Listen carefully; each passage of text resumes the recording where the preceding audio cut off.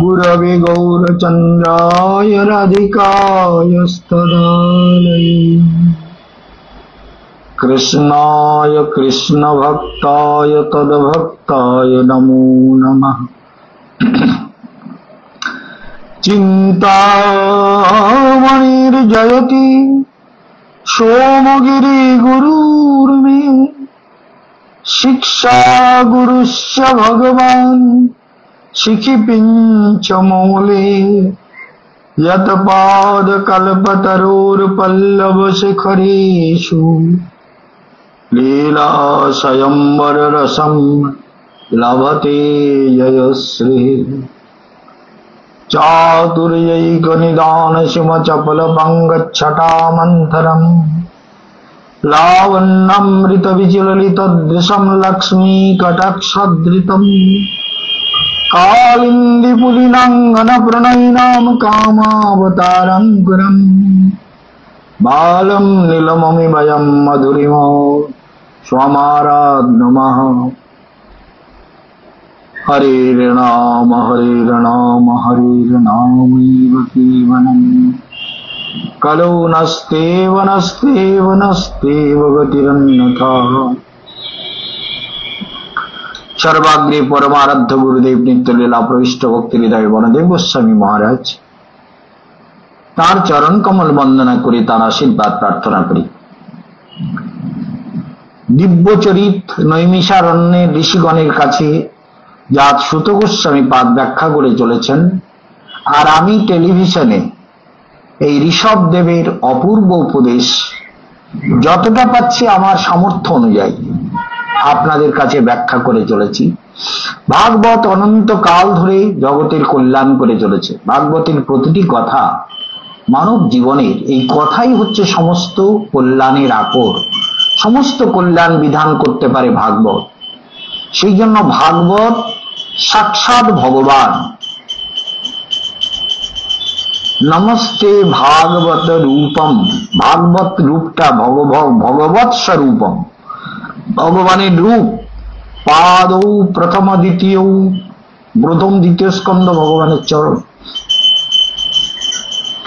মানে প্রথম আর দ্বিতীয় স্কন্ধ হচ্ছে ভাগবতের ফাউন্ডেশন। ভালো করে মনে রাখবেন, ভাগবতের বেশ ভূমিকা তৈরি হয়েছে প্রথম দ্বিতীয় স্কন্ধ। সেই জন্য যদি আপনাকে মনে রাখতে হয় যে ভাগবত কি, তাহলে সেটা ভালো করে মনে রাখবেন যে কেশবানন্দ মহারাজ বলছেন প্রথম এবং দ্বিতীয় স্কন্ধকে ভালো করে পড়তে হয়। আর এই পঞ্চম স্কন্ধ তাহলে আপনি বলছেন কেন? বলে পঞ্চম স্কন্ধ হচ্ছে সংসারী লোকের জীবনের জন্য পরম মঙ্গলের পথ। সেই জন্য বলছেন এই যে সংসার আপনারা পাতিয়ে ফেলেছেন, এটার থেকে গুটাতে হবে। তো সংসারে এত জাল পাতিয়ে রেখেছেন আর দৌড়াচ্ছেন দিনরাত কর্মের প্রেরণায়, কর্ম চেষ্টায়, কর্মের ব্যস্ততায়, কর্ম ব্যাপ্ত জীবন। আর কর্ম নানান রকম, স্বভাবজনিত কর্ম, যোগ্যতা রকম, যোগ্যতা যেমন তেমন কর্ম, স্বভাব অনুপাতে কর্ম, নানান রকম চাকরি চেষ্টা। দেখুন একটা অদ্ভুত ব্যাপার, একটা বাড়ির কর্তা যদি ভুল করে তার পরিণাম বাড়ির লোক ভোগ করে, কিন্তু একটা রাজ্যের মাথা যদি ভুল করে তাহলে সারাটা রাজ্য তার পরিণাম ভোগ করে। আর একটা দেশের মাথা যদি ভুল করে সমস্ত দেশ তার পরিণাম ভোগ করে। ভেবেছেন এগুলো? ভেবে দেখবেন, ভালো করে ভাববেন। এখন তো ভোট টোট নেই, ভোট টোট সব করে ফেলেছেন, সব কিস্তি মাত। আজকের হচ্ছে বৃহস্পতিবারের প্রোগ্রাম হচ্ছে, বৃহস্পতিবার 27 তারিখ, 27 তারিখ বৃহস্পতিবার। সেই জন্য আপনারা এখনো বৃন্দাবনের জন্য বুকিং করে নেবেন, টিকিট ফিকিট সব হয়ে যাবে, ব্যবস্থা কোনো রকম চিন্তা নেই। তবে এখনো যদি কেউ ওই গঙ্গোত্রীতে যেতে চান তাহলে আমাদের লেডিস কোটা এবং সিটিজেন, সিনিয়র সিটিজেন কোটা একটা থাকে, সেটাই যদি আমাদের সিট খালি থাকে, বেশি হয়ে গেলে তো আমরা কিছুতেই নেব না, কারণ ওখানে লিমিটেড সিট হচ্ছে লিমিটেড। ইচ্ছে করলেই বাসে দুজনকে বসানো যায় না, বসতে দেবেও না, আর পারমিশন নেই, নাম রেজিস্ট্রেশন হয়, প্রত্যেকটা লোকের নাম, অ্যাড্রেস, সমস্ত ডকুমেন্ট সহ রেজিস্ট্রেশন হয়ে তবে সরকারিভাবে কাগজ তৈরি হয়, হয়ে তারপরে যাত্রা শুরু হয়। যেহেতু পাহাড়ের পথ, সেই জন্য ওখানে ইচ্ছে করলেই কলকাতায় যেমন বাসে উঠলাম তো চল চল, গাড়িতে উঠলাম চল, ওলা বুকিং করলাম চল, এরকম হয় না।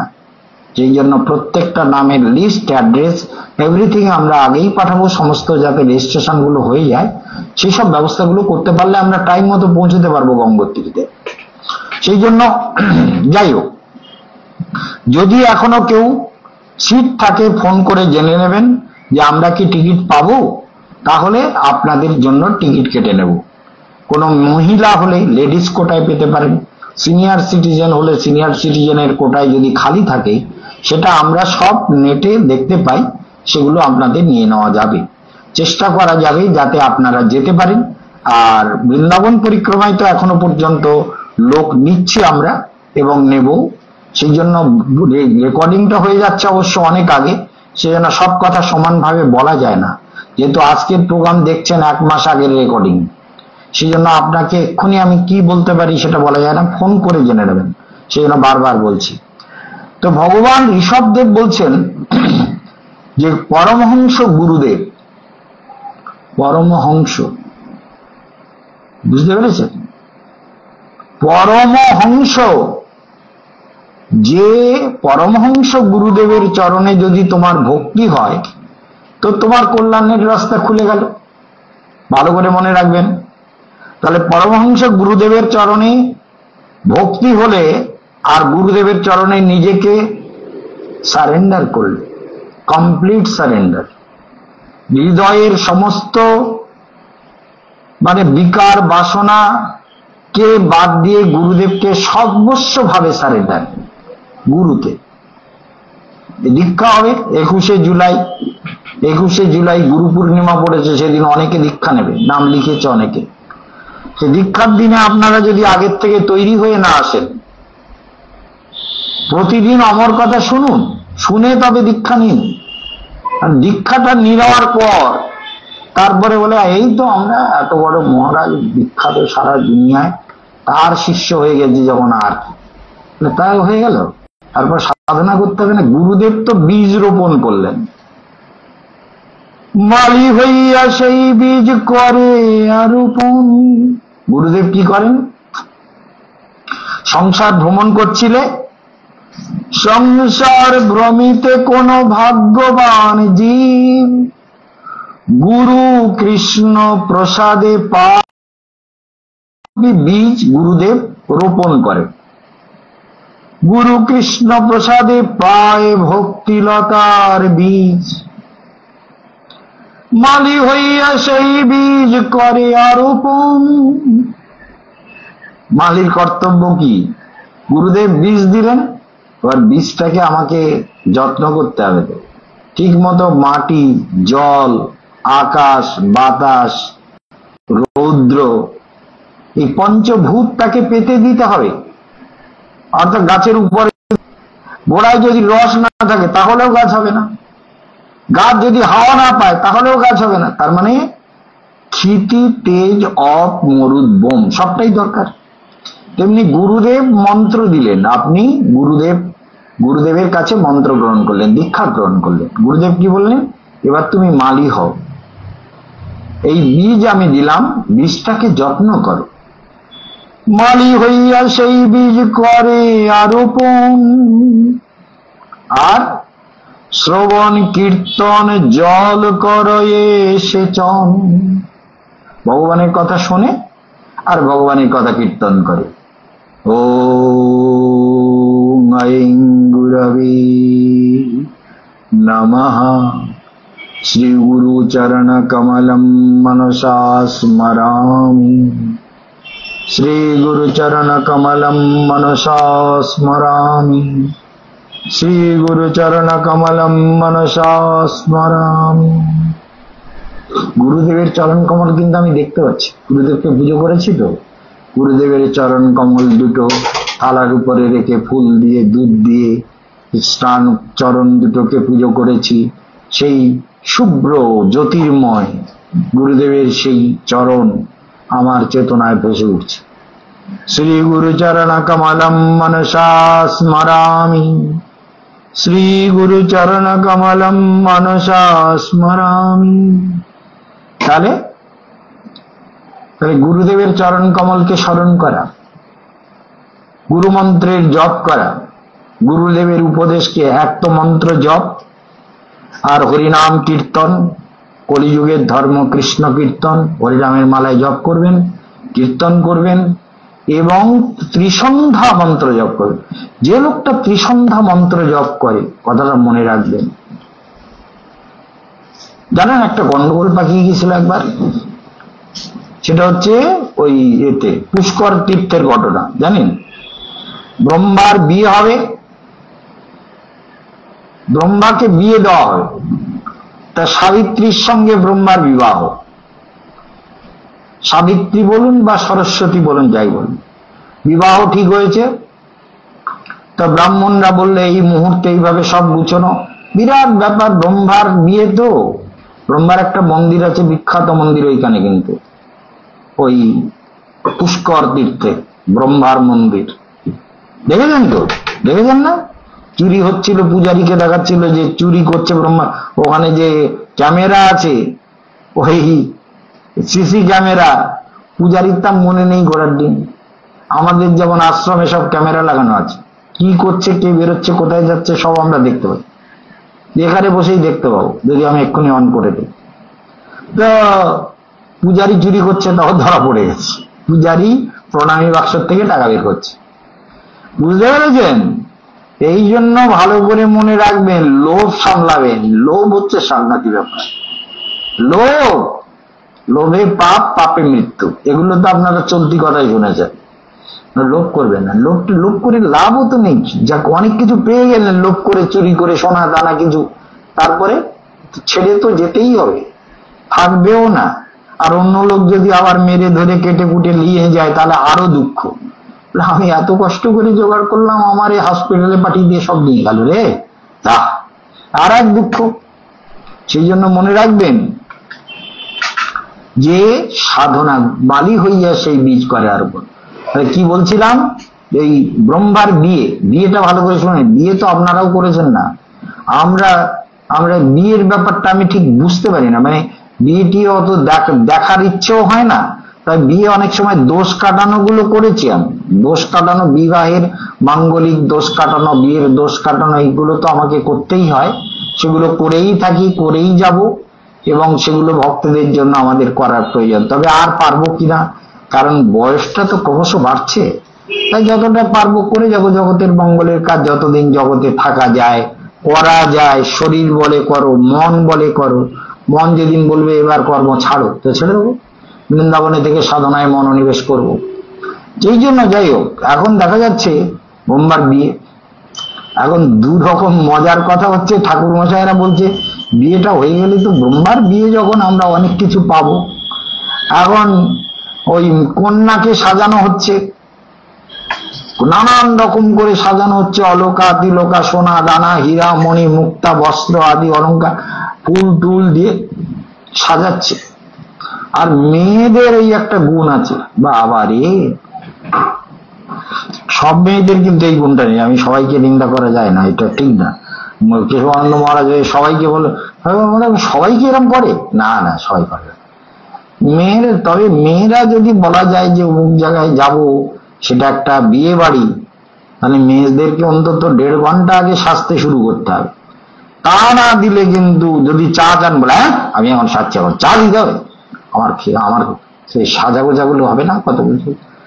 ওরে বাবা, নখ থেকে শুরু করে, চুল থেকে শুরু করে, মাথা থেকে শুরু করে, পা থেকে শুরু করে, ভুরু থেকে শুরু করে, চোখ থেকে শুরু করে, সবকিছু তো সাজবে। কতটা টাইম লাগে চিন্তা করবেন তো। সেই জন্য জগতে মায়ার পুতুল হচ্ছে মায়েরা, মেয়েরা বা মায়েরা। মায়েদেরকে তো ভগবান এরকম করে পাঠিয়েছেন, ওদের দেখলে ওরা চায় আমাদের দেখে সবাই মোহিত হোক। একেবারে সত্য কথা। সবাই বেশ আমার দিকে তাকিয়ে থাকবে, সবাই আমাকে ভালো বলবে, সবাই আমার প্রশংসার দৃষ্টিতে তাকাবে, বাহ কি সুন্দর সেজেছে, বাবা মনোরম। এই তো ব্যাপার। এই জন্য এখন ব্রহ্মার বিয়ে হবে, সাবিত্রীকে সাজানো হচ্ছে, সাজানো আর শেষ হয় না। ঠাকুর মশাইরা, ব্রাহ্মণরা, যারা অনেক ব্রাহ্মণ, ব্রহ্মার সব তো একেবারে বিদ্বান, বিধি বিধান মতো বৈদিক বিধানে বিবাহ হবে, সবাই মন্ত্র উচ্চারণ করবার জন্য রেডি হয়ে আছে। ওম সন্ন মিত্রা সন্ন, মন্ত্র বলবে কি, সে কন্যা আসে না, বলে কন্যাকে ডাকো, সে কন্যা আর আসে না। সেই সময় একটা সুন্দর কন্যায় বারবার ডেকে ডেকে বউ, ব্রহ্মা বলতেছে বউটা আসে না, তো মজা মজা। ঠাকুর মশাইরা বলতে, দেখুন মুহূর্ত পার হয়ে যাচ্ছে, আর আপনি সৃষ্টিকর্তা ব্রহ্মা, আপনার নিয়ম কানুন যদি বিগড়ে যায়, বিয়েতে যদি গড়বড় হয়, আপনি আমাদের কিছু বলতে পারবেন না। এ কি আপনার, আপনি বিয়ে করবেন, আপনার বউ হবে, আসে মেয়ে আসে না, এ তো মহা সমস্যার কথা। বলছে তাই তো। এমন সময় দুধ নিয়ে এসছে বিয়ে বাড়িতে একটা সুন্দর কন্যা, সুন্দর একটা কন্যা, বেশ 12-13 বছরের একটা সুন্দরী, একদম একেবারে নির্মল সুন্দরী। কে বলেন তো? গায়ত্রী দেবী। গায়ত্রী একেবারে সুকুমারী, পরমা সুন্দরী, দিব্য কন্যা, জ্যোতির্ময়ী। ব্রাহ্মণরা বলছে, আপনি যদি বলেন এই মেয়েটাকে আপনার এইখানে বসিয়ে দিয়ে আমরা বিয়ে পড়িয়ে দেবো। ব্রহ্মা বলছে, তাহলে তাই দাও, সেই মেয়ে তো সেই লোক পাঠাচ্ছে, আসে না তো, তাহলে একে বসিয়ে দাও। এবার সাবিত্রী গায়ত্রী মাকে ধরে ওই সুন্দর কন্যা বলছে, তুমি বিয়ে করবা?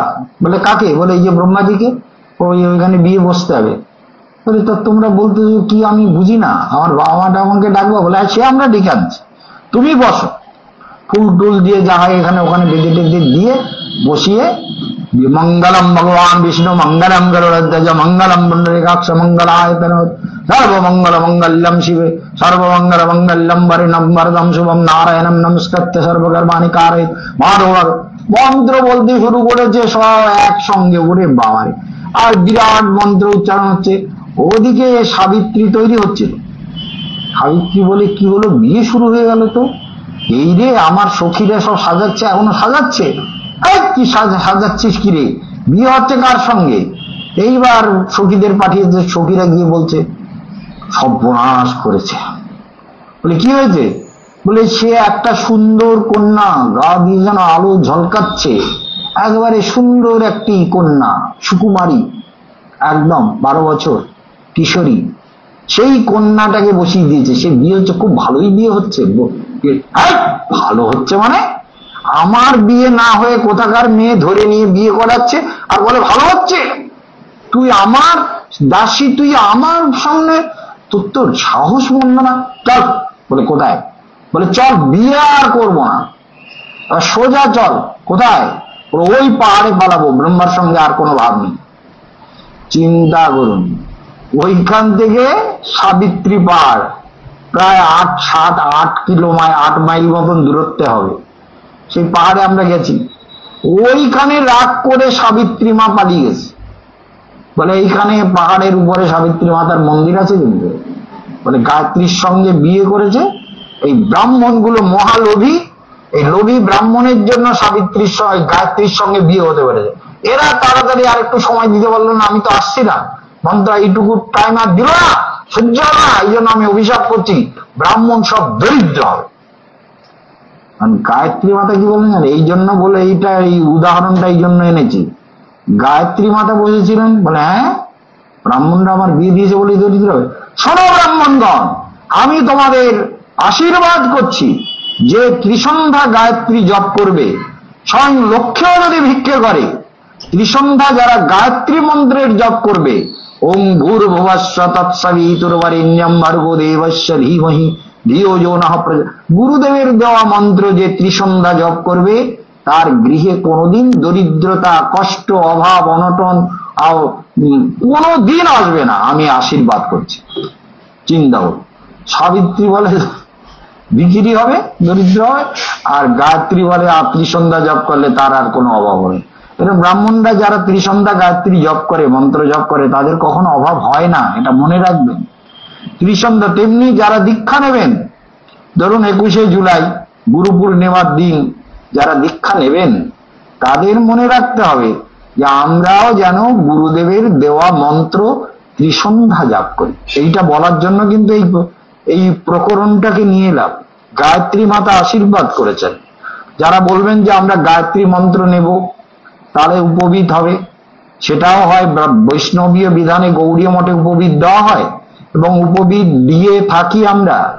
এবছরও যারা উপবিত ব্রাহ্মণের উপবিত দিতে গেলে প্রথমেই তার মধ্যে সংযম, যম, নিয়ম, আসন, প্রাণায়াম, সম, দম, তপ, শৌচ, সন্তোষ, ক্ষমা, সরলতা, দয়া, ঈশ, ভক্তি, সত্য, এগুলো আসতে হবে। তো না হলে আপনি কি করে ব্রাহ্মণ হলেন? ব্রাহ্মণ যজন, অধ্যাপন, দান, প্রতিগ্রহ, এসব ব্রাহ্মণের গুণগুলো আনতে হবে জীবনে। তাহলে ব্রাহ্মণত্ব আগে, তারপরে বৈষ্ণবতা। ব্রাহ্মণের থেকে বৈষ্ণব শ্রেষ্ঠ এই কারণে, যে বৈষ্ণব কেন শ্রেষ্ঠ? যে ব্রাহ্মণ কতগুলো গুণের দ্বারা ভূষিত, বৈষ্ণব গুণ তো লাভ করবেই, তাছাড়া তিনি ভগবানে পূর্ণরূপে সমর্পিত, গুরুতে এবং ভগবানে পূর্ণরূপে সমর্পিত আত্মা, তিনি বৈষ্ণব। বিষ্ণুর ইদম বৈষ্ণবম। বৈষ্ণব শব্দের অর্থটা মনে রাখবেন, যাহা বিষ্ণুর তাহাই বৈষ্ণব। তার মানে তাহলে বিষ্ণুর ইদম, ইদম জগতম, এই ব্রহ্মাণ্ড, বিশ্ব ব্রহ্মাণ্ড সবই বিষ্ণুর, তাহলে সব জগৎ বৈষ্ণব। বলে হ্যাঁ, কিন্তু বৈষ্ণব তো আমরা সবাই ভগবানের অংশে যখন জন্ম হয়েছে আমরা শুদ্ধ আত্মা, বৈষ্ণব সব ঠিক আছে, কিন্তু কেউ কেউ বৈষ্ণবতার আচরণ করে, কেউ করে না। করে না বলে পিতার সম্পত্তি পায় না। ভগবানের সম্পত্তি তো অমৃত। অমৃত পেতে গেলে শুধু অধিকার থাকলে হবে না, অধিকারীও হতে হবে। আপনি যদি অধিকারী না হন যে আমি ভগবানের ভজন করব, আমাকে এই অধিকারী হতে হবে, ভগবানের সম্পত্তি লাভের অধিকারী হতে হবে, সেই অধিকারী যদি না হন তাহলে কিন্তু আপনার জীবনে কিছুই লাভ হলো না। মনে রাখবেন, সেই জন্য অধিকার আর অধিকারী দুটো। যেমন আপনি রাষ্ট্রপতি হওয়ার আপনার অধিকার আছে, আমারও আছে, কিন্তু রাষ্ট্রপতি বা আমার প্রধানমন্ত্রী হওয়ার অধিকার আছে, কিন্তু অধিকার থাকলেই তো প্রধানমন্ত্রী হওয়া যাবে না, অধিকারী হতে হবে। তার জন্য জনবল, লোকবল, যোগ্যতা, বিদেশ নীতি, রাষ্ট্রনীতি, অর্থনীতি, সমাজনীতি, সমস্ত কিছু তার নলেজে থেকে সমাজকে কিভাবে গাইড করবেন তিনি, সেসব জ্ঞান থাকা দরকার। অনেকের থাকলেও সেটার প্রয়োগ করতে পারে না। সেই জন্য মনে রাখবেন যে পিতার সম্পত্তিতে পুত্রের অধিকার। আপনি ভারতের নাগরিক, আপনি রাষ্ট্রপতি হতে পারেন, প্রধানমন্ত্রী হতে পারেন, কিন্তু যোগ্যতা অর্জন করতে হবে। তেমনি আপনি ভগবানের অংশ, ভগবানের অমৃত পাওয়ার অধিকার আপনার আছে।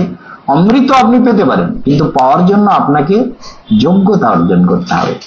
মনে রাখবেন, সেই জন্য পরমহংস গুরুতে শ্রদ্ধা হতে হবে। তস্যৈতে কথিতাঝর্তা প্রকাশন্তে মহাত্মন, যথা দেবে তথা গুরু। যেমন গুরুকে ভক্তি করবে তেমনি ভগবানে ভক্তি করবে। ভক্তিতে গুরু আর ভগবান কাউকে ছোট করো না। বলে ভগবানকে ভক্তি করলাম, গুরুতে এতটা ভক্তি করা যায়? বলে না করলে জীবনে বঞ্চিত হতে হবে। গুরু হচ্ছে, এই জন্য বলছিলাম না, ওই পাণ্ডব সেদিন শুনছিলেন না যে পাণ্ডবদের বাড়ি খেতে এসেছে, তাই সাধুকে যদি মনে মনে অশ্রদ্ধা করেন তো ফল পাবেন না। তো গুরুতে যদি পূর্ণ শ্রদ্ধা, পূর্ণ বিশ্বাস, ভক্তি, সমর্পণ না আসে তো ফল পাবেন না, বঞ্চিত হবেন। বঞ্চিত হতে হবে, এটা চিরসত্য, মনে রাখবেন। সেই জন্য এখানে বলছেন যে সেই পুত্রগণ প্রজাবৃন্দ পরমহংস গুরুদেবে আমাতে ঐকান্তিকী ভক্তি, বিষয় ভোগাদিতে বিতৃষ্ণা, হিতষ্ণাদি দ্বন্দ্ব সহিষ্ণুতা, সবকিছু সয়ে নেওয়া। বলে যা ভালো আসে মন্দ আসে সইতেই হবে। ভালো মনে সহন করলে সুখী। আর যদি বলি আরে এত কষ্ট, দুঃখ, ভগবান কি হলো, তো কি হবে? দুঃখী হলে সুখ এবং দুঃখ সমানভাবে গ্রহণ করো। ইহলোক পরলোক সর্বজীবের সুখ দুঃখাদি পর্যালোচনা। সমস্ত জীবের সুখ দুঃখের পর্যালোচনা, মানে ক্রম, কেন এই দুঃখ জগতে, কেন পরজগতে এই অমৃত কেন হয়, এগুলো সাধু সঙ্গে শুনতে হবে। তত্ত্বাতত্ত্ব বিচার, একাদৃশ্যাদি ব্রতানুষ্ঠান, একাদশী আদি ব্রত ভগবানের প্রিয় অনুষ্ঠান করা, কাম্যকর্ম পরিহার, আমার আরাধনারূপ কর্ম, মদ বিষয়িনী কথা, আমার ভক্তগণের নিত্য সঙ্গ,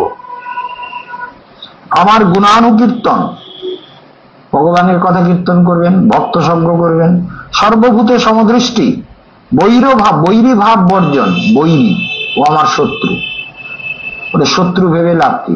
জগতে শত্রু ভেবে লাভ কিছু হয় না, যেন বৈরী ভাবকে বর্জন করো, আর ক্রোধের উপশম করো, এবং দেহে ও গেহে আত্মবুদ্ধি পরিত্যাগ করো।